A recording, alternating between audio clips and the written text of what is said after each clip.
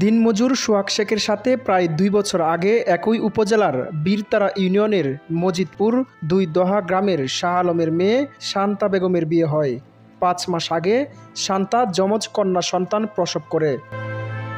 যমজ কন্যা সন্তান প্রসব বিষয়টি সাধারণভাবে মেনে নেয়নি সোহাগ শেখ। এ নিয়ে তাদের মধ্যে প্রায়ই পারিবারিক কলহ লেগে থাকত।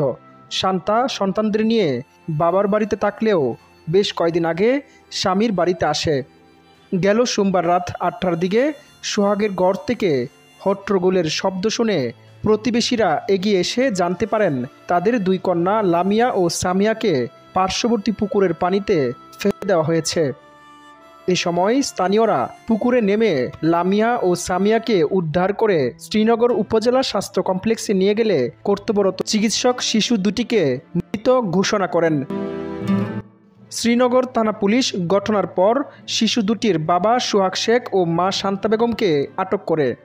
এরপর ২ শিশু সন্তানকে পানিতে ফেলে হত্যার ঘটনায় দোষ স্বীকার করে মুন্সিগঞ্জের আদালতে ১৬৪ ধারায় জবানবন্দি দিয়েছেন মা।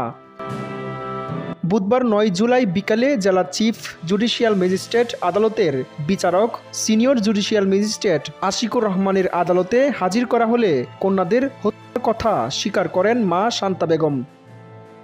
পারিবারিক কলহের জের ধরেই সন্তানদের পানিতে ফেলে দেন বলে জানিয়েছেন তিনি। বিষয়টি নিশ্চিত করে কোর্ট পরিদর্শক মোহাম্মদ কামরুল ইসলাম গণমাধ্যমকে বলেন, যমজ শিশু হত্যার ঘটনায় ফৌজদারি কার্যবিধি ১৬৪ ধারায় জবানবন্দি গ্রহণের আবেদনসহ আসামি শান্তা বেগমকে আদালতে আনা হলে আসামি আদালতে দোষ স্বীকার করে জবানবন্দি দিয়েছে।